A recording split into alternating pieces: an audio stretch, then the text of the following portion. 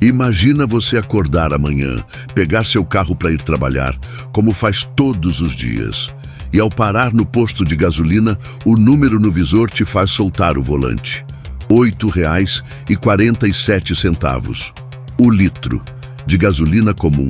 Você pisca. Olha de novo. Não é erro. Você olha para a fila atrás de você. Ninguém buzina, ninguém reclama. Porque todo mundo já sabia. Todo mundo, menos você. E aí vem a pergunta que ninguém no Brasil quer fazer em voz alta. Estamos a uma bomba de distância de um colapso no preço dos combustíveis? Antes de mergulharmos nos detalhes, quero te pedir um favor. Se você valoriza a segurança do seu dinheiro e quer se proteger de criminosos, deixe seu like neste vídeo e se inscreva no canal. Ative o sininho para não perder nenhum alerta, pois a cada novo golpe que surge, trazemos a informação para você se defender. Fica comigo, porque o que eu vou te contar nos próximos minutos pode mudar a forma como você olha para o mundo a partir de hoje. Era março de 2020. O mundo estava de joelhos por causa de um vírus que ninguém entendia direito. Mas, no interior de Goiás, numa cidade pequena chamada Itumbiara, um homem chamado Seu Valdir, 62 anos, mãos grossas de quem trabalhou a vida inteira debaixo do sol, vivia um drama que não tinha nada a ver com pandemia. Pelo menos não diretamente. Seu Valdir era caminhoneiro, 41 anos de estrada. Daqueles que conheciam cada curva da BR-153, que sabiam o cheiro da chuva antes dela cair, que dormiam no acostamento porque o frete não pagava nem o pernoite num posto. Ele tinha um Mercedes 1113, velho, barulhento, com o painel rachado e um terço pendurado no retrovisor que a esposa dele, Dona Marli, tinha benzido numa missa em Aparecida. Aquele caminhão era o ganha-pão, a aposentadoria, o plano de saúde, a dignidade daquele homem. E foi naquele março, quando o petróleo despencou no mercado internacional, quando os contratos futuros chegaram a ficar negativos pela primeira vez na história da humanidade, que Seu Valdir pensou: agora sim, agora o diesel vai baixar, agora eu respiro. Ele esperou. Esperou uma semana, 2, um mês. O diesel não baixou. Não no Brasil.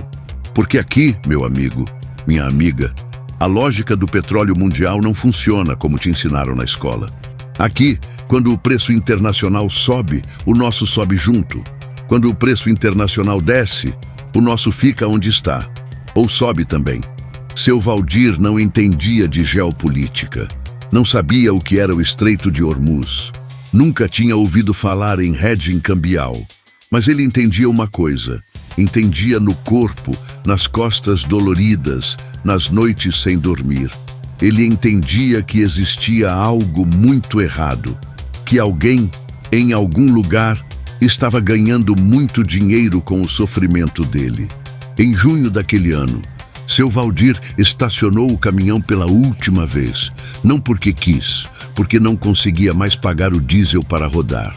O frete que ele recebia não cobria o combustível da viagem de volta. Ele fez a conta num pedaço de papelão, com uma caneta Bic azul, sentado no acostamento da BR, com o sol rachando na cabeça. E a conta não fechava. Nunca mais fechou.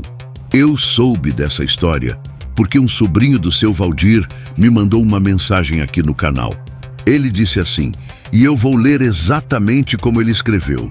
Meu tio vendeu o caminhão por 1/3 do que valia. Hoje ele trabalha de vigia noturno num condomínio. Ele não reclama.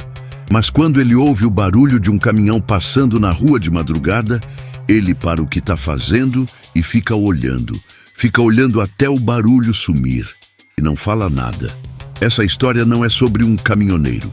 Ela é sobre o que acontece quando o preço do petróleo, esse número abstrato que aparece no Jornal das 6, encontra a vida real, a vida de verdade, a sua vida. E agora, em 2026, com o que está acontecendo entre Estados Unidos, Israel e Irã, eu preciso te perguntar com toda a seriedade do mundo: você está preparado para o que pode vir? Para entender o que está em jogo, eu preciso te levar para um lugar que você provavelmente nunca visitou, nem nos seus pensamentos. Eu preciso te levar para o Estreito de Hormuz. Fecha os olhos por um segundo e imagina comigo um corredor de água, estreito, apertado, quase claustrofóbico, espremido entre o Irã de um lado e Omã do outro. Tem menos de 40 quilômetros de largura no ponto mais apertado. 40 quilômetros. É menos que a distância entre São Paulo e Guarulhos. E por ali, por esse fio de água, passam todos os dias cerca de 21 milhões de barris de petróleo. Isso representa quase 1/5 de todo o consumo mundial de petróleo. 1/5 do sangue que faz o mundo funcionar passa por um gargalo menor que a distância que você percorre para ir ao shopping. Agora imagina que alguém coloca uma rolha nesse gargalo. Não é ficção, não é teoria da conspiração. O Irã já declarou publicamente, em diversas ocasiões, que o fechamento do Estreito de Hormuz é uma opção estratégica legítima em caso de ataque direto ao seu território. O general Hossein Salami, comandante da Guarda Revolucionária Iraniana, disse: "Se nos impedirem de exportar petróleo pelo Estreito de Hormuz, ninguém mais exportará. Ninguém mais exportará." Deixa essa frase ecoar na sua cabeça por um instante. Agora olha o cenário que se desenhou ao longo dos últimos meses. As tensões entre Israel e Irã se intensificaram de forma assustadora. Israel ampliou suas operações no Oriente Médio. O programa nuclear iraniano avançou a níveis que deixam o Ocidente em alerta vermelho. As sanções se endureceram. Os canais diplomáticos se estreitaram.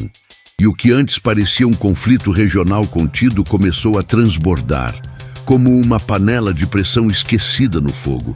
Você não ouve o barulho, até que ouve, e aí é tarde demais.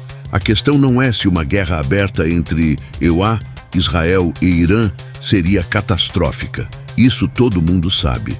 A pergunta que me tira o sono e deveria tirar o seu, é: o que acontece com o preço do barril de petróleo no dia seguinte? Hoje, na data em que eu gravo esse vídeo, o barril de petróleo tipo Brent gira em torno de 80 a 90 dólares. Em cenários de tensão moderada, analistas já projetam saltos para 120, 140 dólares. Mas se o Estreito de Hormuz for bloqueado, mesmo que temporariamente, estamos falando de números que não se veem desde o choque do petróleo de 1973. Estamos falando de 180, 200, talvez 250 dólares o barril. O JP Morgan publicou uma análise projetando que num cenário de disrupção severa no Hormuz, o barril poderia atingir 150 dólares rapidamente, com potencial para ir além. A Bloomberg Economics calculou que um bloqueio total, mesmo que durasse apenas 2 semanas, poderia causar um choque inflacionário global comparável ao de 1979. E o Brasil? O Brasil. O Brasil é o personagem secundário que todo mundo esquece no filme, mas que toma o tiro mais forte. Mas espera, eu já ouço alguém dizendo: o Brasil é um dos maiores produtores de petróleo do mundo. O pré-sal não nos protege disso? Essa é a pergunta de ouro. E a resposta é uma das verdades mais amargas da nossa economia. Sim, o Brasil produz petróleo. Muito petróleo. Somos o maior produtor da América Latina. O pré-sal foi uma das maiores descobertas de reservas do século XXI. Mas aqui está o detalhe que muda tudo. O petróleo que o Brasil produz, em grande quantidade no pré-sal, é pesado e ácido. As refinarias brasileiras, que são antigas, que foram projetadas décadas atrás, não conseguem processar todo esse petróleo de forma eficiente para transformar em gasolina e diesel nas quantidades que o país precisa. Então, o que nós fazemos? Nós exportamos o petróleo que tiramos do fundo do mar e importamos petróleo leve e derivados já prontos. Nós vendemos nosso petróleo bruto e compramos dos outros o combustível refinado. É como se você tivesse uma fazenda cheia de trigo, mas não tivesse padaria. Então você vende o trigo barato e compra o pão pronto, caro, de fora. E esse combustível refinado que a gente importa, ele é cotado em dólar. Cada centavo que o dólar sobe, a gasolina sobe junto. Cada dólar a mais no preço do barril, a bomba do posto sente. E o mais perverso, o Brasil adota uma política de preços que acompanha a paridade internacional. Isso significa que, mesmo sendo produtor, a gente paga como se fosse importador. Agora faz a conta comigo. Petróleo a $200 o barril, dólar a R$6 ou mais. Porque em cenário de guerra, o real se desvaloriza.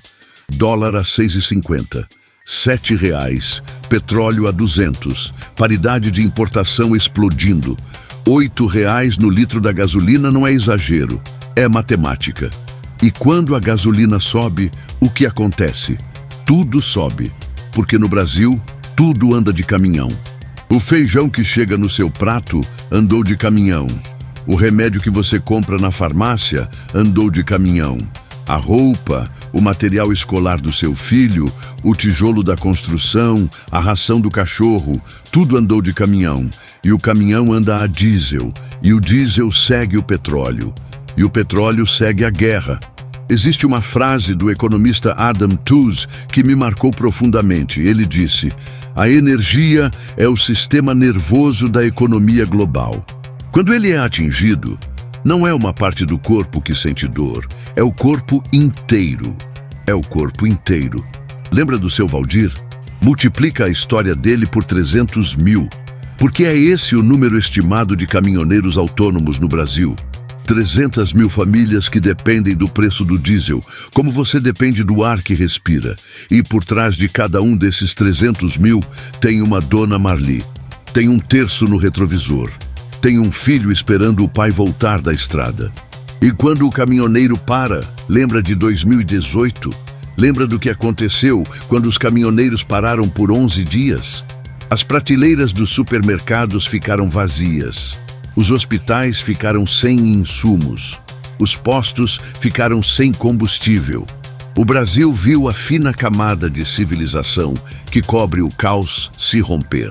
Agora me responde com sinceridade. Se isso aconteceu por causa de um reajuste de centavos no diesel, o que acontece se a gasolina chegar a R$8? Eu quero te levar agora para uma camada mais funda dessa conversa. Quando o combustível dispara, o primeiro efeito é o mais óbvio: inflação. Tudo fica mais caro, mas o efeito que realmente destrói uma sociedade não é a inflação em si. É o que a inflação faz com a confiança, com a esperança, com o planejamento de vida das pessoas comuns. Imagina a seguinte cena. Uma mulher, vamos chamá-la de Cláudia, 38 anos, 2 filhos, trabalha como representante comercial numa cidade do interior de Minas. O trabalho dela depende do carro. Ela roda 300, 400 quilômetros por semana visitando clientes. Quando a gasolina subiu de 5 para quase R$7, a comissão dela não subiu junto. A Cláudia começou a fazer escolhas. Escolher entre abastecer o carro para trabalhar ou comprar o material escolar dos filhos. Escolher entre pagar o plano de saúde ou o aluguel.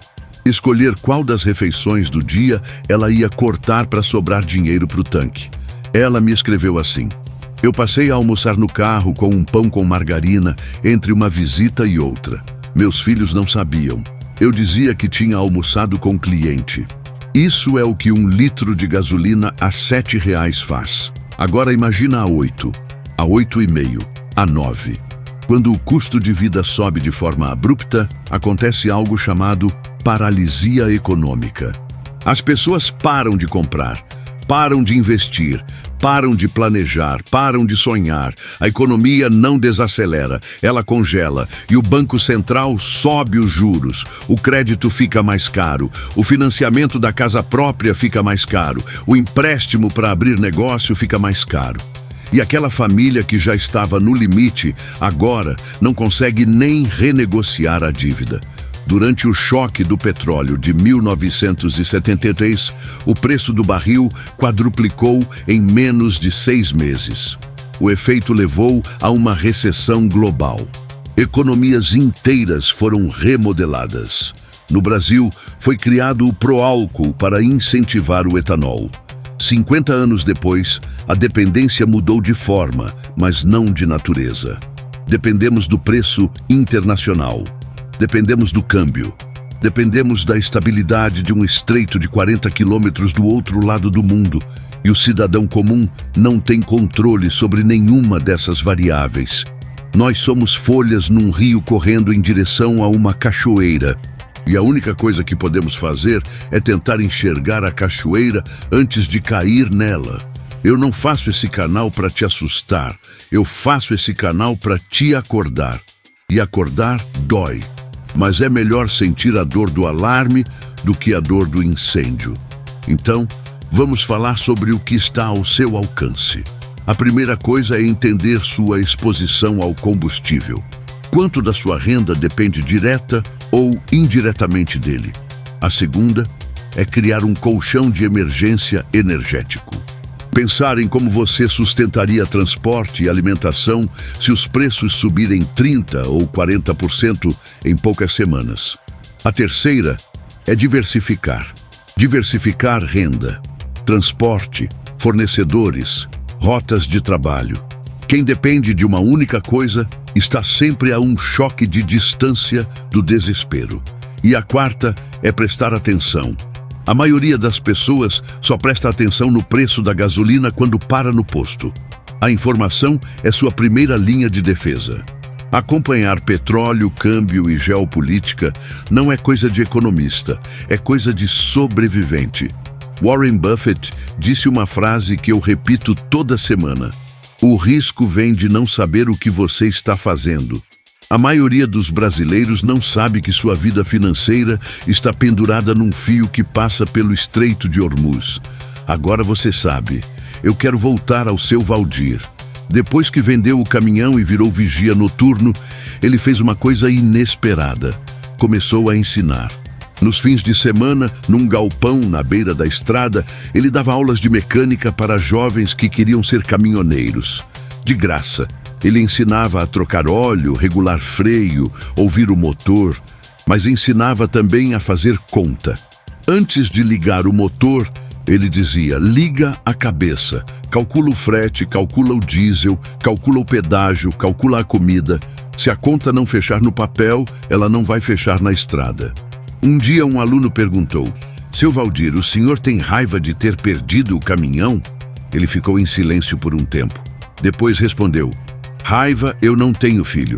Raiva é para quem pode se dar ao luxo. Eu tenho é atenção. Hoje eu tenho atenção. E atenção vale mais que qualquer caminhão. Atenção, é isso que eu te peço agora. Não é pânico, não é desespero, é atenção. Porque o mundo está se movendo.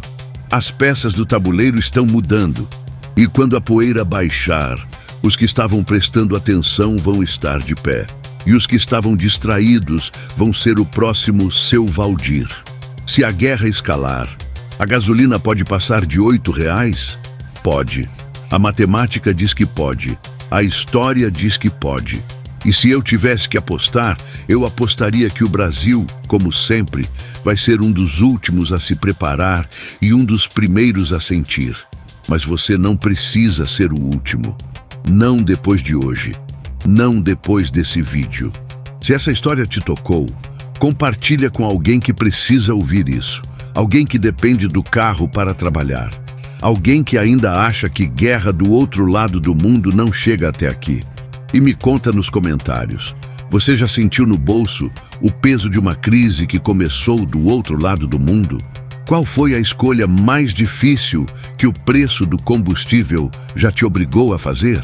Eu leio todos os comentários, porque cada história que chega aqui lembra por que esse alerta precisa existir. A gente se vê no próximo alerta. A informação chega antes da crise. Ou depois. A escolha é sua.